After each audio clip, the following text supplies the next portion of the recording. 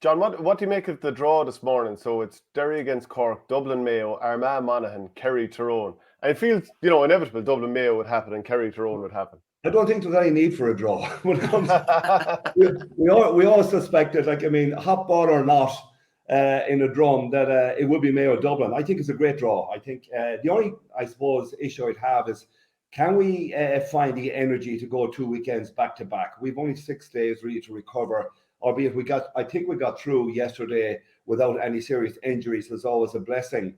But this week it'll all be about recovery. But I think no more than drawing Galway yesterday, I think the Dubs is a fantastic draw to get the juices flowing and to get Mayo really excited about this. It will fill the place. Of course, it's a very attractive draw for football, because the beauty about a Mayo Dublin or more than a Mayo Galway, you're going to be entertained. You're going to get value for money, because both teams more than likely will go toe to toe. They don't exercise the mass defenses that we see some teams deploy, and you're guaranteed it'll be a flowing, open-ended game.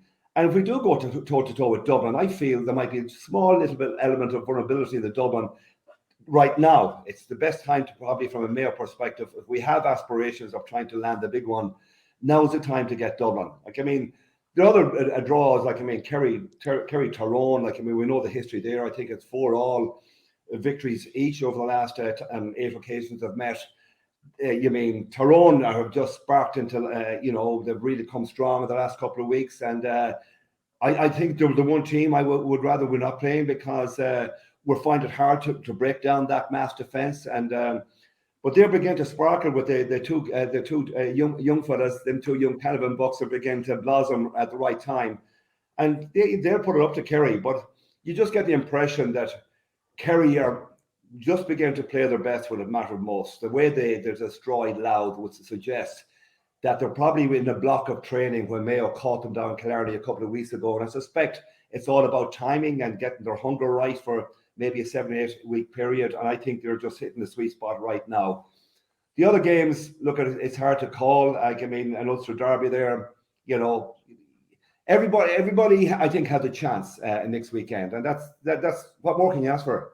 That Armagh Monaghan game is some chance for someone to be into the last 4 as well, and potentially into an All-Ireland final as well. Well, you'll have to admire and applaud Monaghan. What's happening in Monaghan, a small county, and particularly it's worth mentioning their minors now after getting into an All-Ireland minor final for first since 1939. Incredible how they're maximising what they have, the resources they have. And I really am delighted to see Monaghan do well. They've done brilliantly well, because it was a gig that nobody wanted. They were just looking over their shoulder and saying, who wants Monaghan? McManus is at an age where he's been, and he's been carrying them for years. And it was felt the Hughes and these boys, there's not another tune in them fellas. And what they've done this year has been quite remarkable. Armagh, you never know. The only thing is Rian O'Neill will be back, and he can certainly make them tick.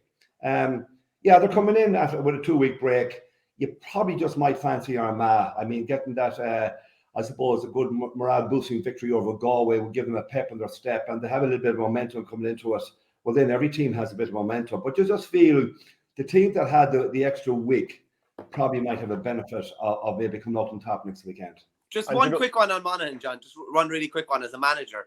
What they have as a manager is you cannot buy that. Every time they go out, they're going to eke every little drop out themselves. I'm just thinking, even through your own managerial career, is there any particular team you look back on and think, these boys are always going to give me everything every day I go out? Because it's phenomenal, as you say with Monaghan. They get every little ounce out of themselves. Is there any team or particular that you would look back in your own career?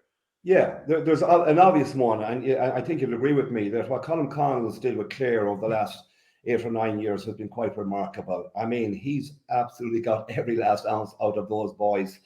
And you felt when Brennan retired from midfield, they're going to fall away, because he carried them. He was every time he togged out, he gave an incredible performance. But what Clare have done over the last 7-8 years, staying in Division 2, has been quite remarkable. And Colin Collins and his management team, now he kept reinvigorating his backroom team, kept bringing in new coaches and what have you, which was a very smart thing to do. So they always appear to have a freshness about them. But I think, Clare in particular, and having been involved with them back in the early 90s, just you know, not the greatest footballers in the world, many of them, but they always had, of course, a couple of real quality players, and I could name 6 or 7 of them straight away from my time down there that were just, they would grace any team in any championship. But they've been quite remarkable. But I have to say this year, Monaghan have caught the eye, and what Vinnie Corey has done with them has been just quite remarkable. And I'm delighted for him because I wasn't quite sure if he was their first choice. I don't think he was. But when things got a little bit desperate as regards finding the manager, he put his hand up and said, yes, I'll take on the challenge. And I'm particularly pleased that he's gone and done remarkable things with Monaghan this year. And one of the things is there's going to be no repeat pairings in the semi-final. So, for example, Cork couldn't get Kerry. Pretty sure Kerry can't get Mayo because they met in the group stages as well. So that adds a little something to it. There's also an All-Division 2 quarter-final here, which means Derry or Cork are going to be in an All-Ireland semi-final. And that's a rerun of 1993.